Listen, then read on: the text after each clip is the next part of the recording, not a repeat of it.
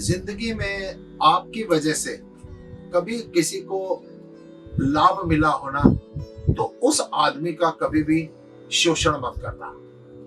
होता क्या है, हम जरा सा किसी का पोषण करते हैं, किसी की हेल्प करते हैं, किसी की सहायता करते हैं और फिर हम उसका शोषण करना शुरू कर देते हैं। वो आपने उसको जो लाभ दिया है, आपने जो उसकी हेल्प की है, वो जो पुण्य कमाया ना आपने, जो आपको लग रहा है ना मैंने उपकार किया है, बल्कि वो एक अपराध में बदल जाता है। होता कैसे है, जैसे कि किसी आदमी को हमारी समय पर जरूरत थी, हमने उसका इतना साथ दिया, लेकिन उसके बाद उसको इतना दबा दिया कि उसके राइज करने के, उसके तरक्की करने के चांस ही हमने निर्मूल कर दिए।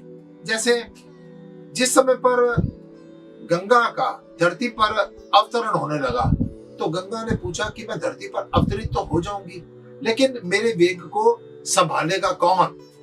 अब सारे चिंतित हो गए कि गंगा का वेग कौन संभालेगा। भगवान शंकर आ गया है। भगवान शंकर ने अपनी जटाओं में गंगा को स्थान दिया।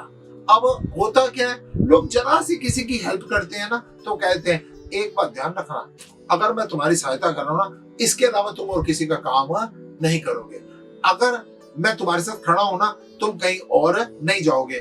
मैंने तुम्हारी कितनी बार हेल्प की और तुम नजर आता है, तुम तो उन सब के साथ ज्यादा खुश रहते हो, मेरे लिए तुम्हारे पास टाइम ही नहीं है। ये तुम किसी का थोड़ा सा साथ देके, किसी का पोषण करके, किसी पर उपकार करके बल्कि अपराध कर रहे हो, उसका शोषण कर रहे हो। भगवान शंकर ने गंगा को एक बार ये नहीं कहा कि पृथ्वी पर तुम्हारा वेग सहने के लिए कोई भी नहीं है, मैं सामने आया हूं तो तुम केवल मेरी जटाओं में रहोगी, तुम केवल मुझको ही पवित्र करोगी, तुम केवल मेरे परिवार को पवित्र करोगी।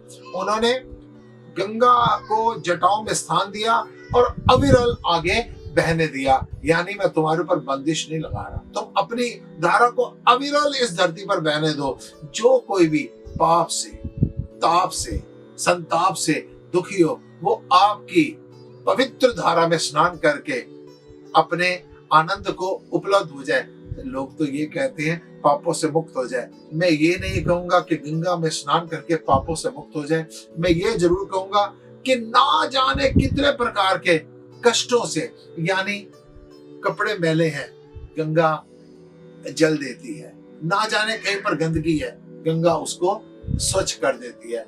एक हमारी आस्था का केंद्र है कि गंगा में अगर अस्थियां विसर्जित की जाए, मृत्यु के बाद जिसको फूल कहते हैं, तो मनुष्य को परलोक मिलता है।